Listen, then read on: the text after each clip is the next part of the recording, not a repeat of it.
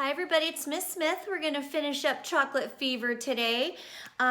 We left off, Henry Green has certainly had quite a day. Started off with little brown spots, and then his teacher took him to the school nurse, and then the school nurse said we need to take him to the hospital, and then he met a crazy doctor that said, oh, those spots are made of chocolate, and then he ran away and people were chasing him, and he ran to somebody's garage and he hid out there for a while, and then all of a sudden he's in a truck with someone named Mac who's talking him into calling his parents, and then they get robbed, and the thieves are trying to get furs, but what they really have in the truck is candy.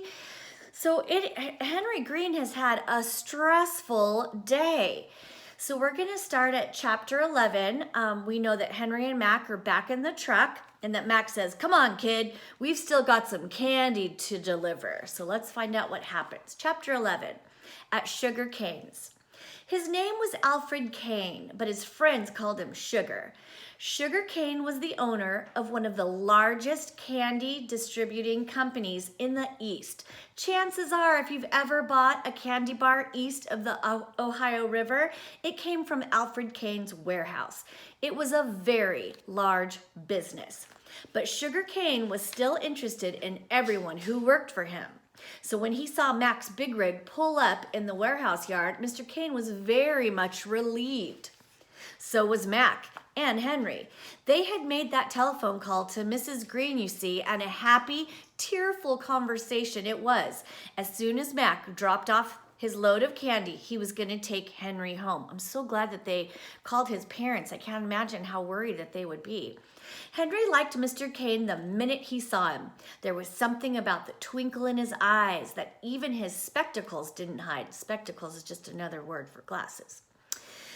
That made him seem friendly, and with his gray hair and mustache, Mr. Cane looked not a little like Santa Claus, a little bit.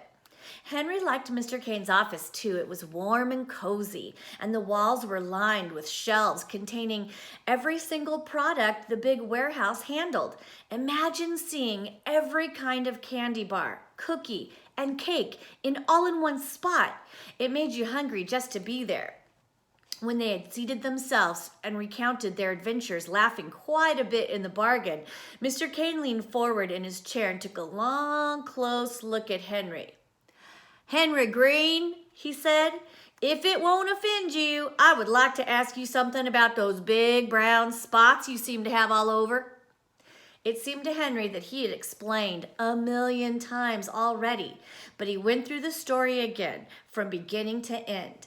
Mr. Cane was listening closely, paying keen attention to Henry's every word. When Henry finished, Mr. Cane spoke. And so you say that this Dr. Fargo of yours called it chocolate fever? I find that terribly interesting. Well, I find it just plain terrible, said Henry. Uh-oh. Ladies, doggies, we're not going to fight during the story. Just come here. Come here and say hello. Come on, come here. Sorry, everybody. Come on. This little dog wanted to say hello. Why are you fighting? Why are you fighting? Come here, Pap. It's your turn. Come over here. Come on. Ugh.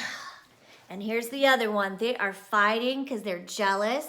They don't want me reading a story to my students today. They said, we just want to be with you today. So, ladies, no fighting. Let me finish reading my story to my students. All right. So Henry says to him, I find it just plain terrible. Big, brown, ugly spots all over, looking like a freak, people staring at me, and all because of chocolate. And all because of chocolate, Mr. Cane echoed. He shook his head once or twice, and a strange look came over his face. There was a long silence. When Alfred Cane spoke again, it was in a quiet voice. Henry Green, he said, let me tell you a story. It's about a boy I once knew, a boy like you. Oh, this boy loved chocolate too, like you once did. Chocolate in the morning? Yes. Morning, noon, and night, he ate that magical chocolate stuff. And if you think you have invented new ways of chocolatizing things, so did this lad. chocolate-covered fried chicken, chocolate French toast with chocolate syrup. There was no end to the ways of chocolate with this boy I'm speaking of. And like you, a strange thing happened to him. In fact, the very same thing. You mean, Henry said, suddenly excited. Yes, said the old man with a nod. Big brown spots all over. Chocolate fever? Henry exclaimed. The very same, said Mr. Kane. Henry could hardly contain himself. But how was he cured, you mean? Alfred Kane was smiling now. Well, the cure was in two parts. The first was the most important part. You see, the boy I once knew had to learn a very sad lesson, as all young people must do. Although life is grand and pleasure is everywhere, we can't have everything we want every time we want it. It's a hard lesson, but it comes in time. Yeah, said Henry. I think I understand. Maybe I've had too much of a good thing. Indeed you have, boy. I'll eat less chocolate then, said Henry. Only when I really, really want to. Very good. Now that is half the battle, young man. And the second half? Henry asked. Alfred Kane smiled. Well, that is very simple when you think about it. What is the exact opposite of chocolate? What is the one flavor that is the reverse of chocolate that we know and love? Vanilla, cried Henry. Mr. Kane walked slowly to his desk, opened the top right-hand drawer, and brought out a small white box. Vanilla pills, Henry Green, the very thing that will cure your chocolate fever within the hour.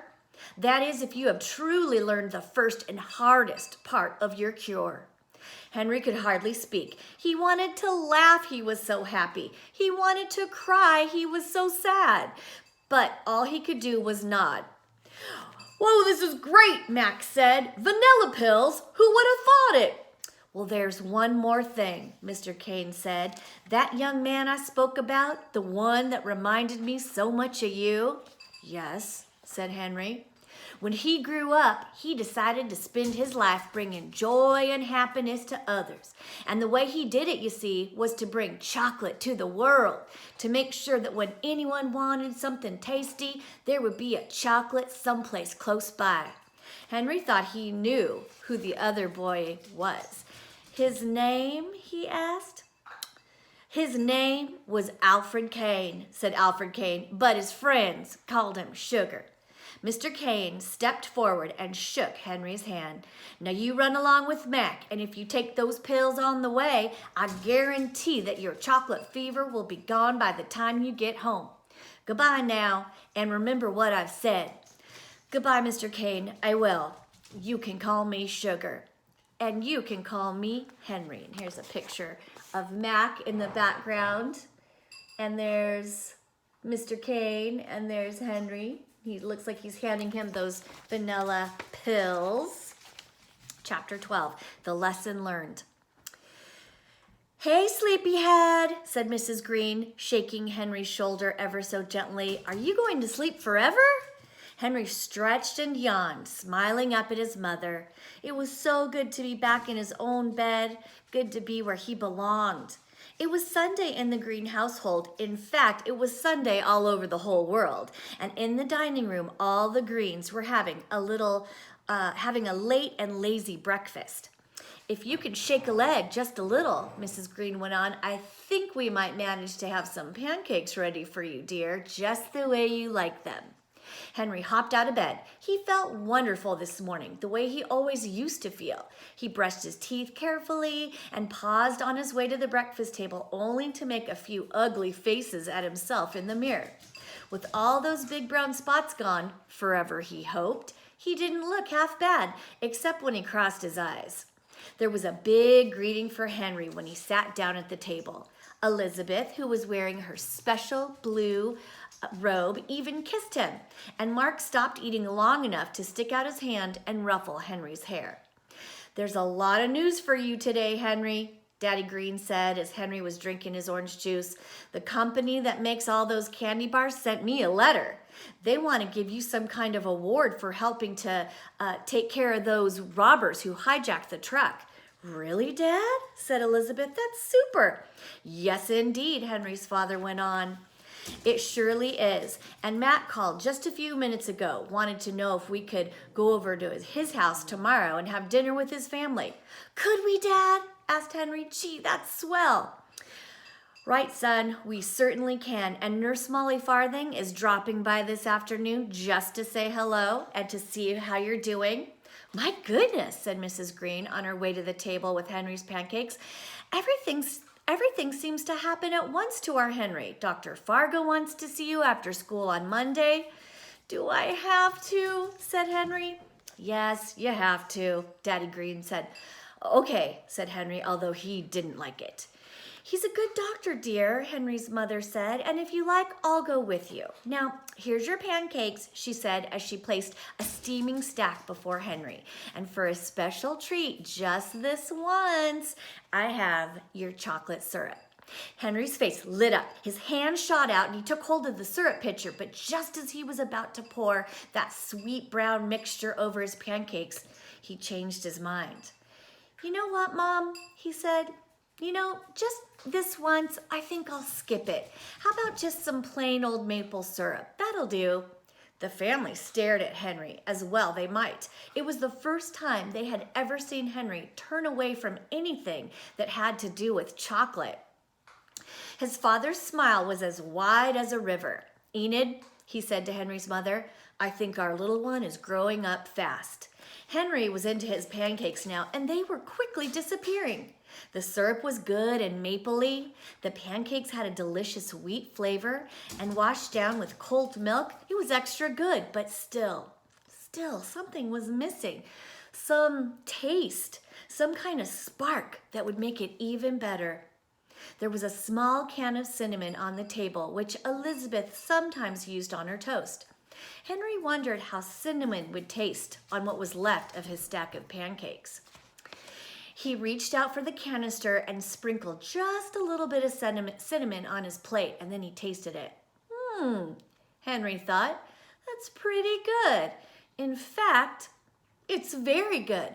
I wonder how cinnamon would be on cereal, like oatmeal maybe, or cream of wheat. And maybe cinnamon would be good on other things, like ice cream or French fries, or maybe even cinnamon milk." And then Henry had still another thought. Could you ever have too much cinnamon? Could a person overdo it, and was there such a thing as cinnamon fever?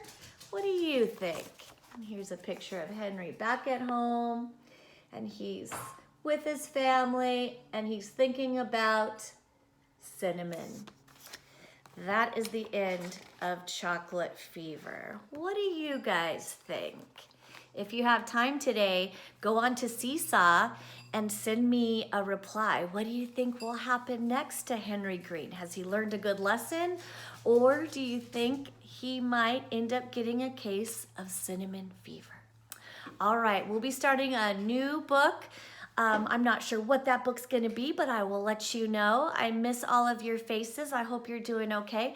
And we'll see you soon. Bye, Room 18.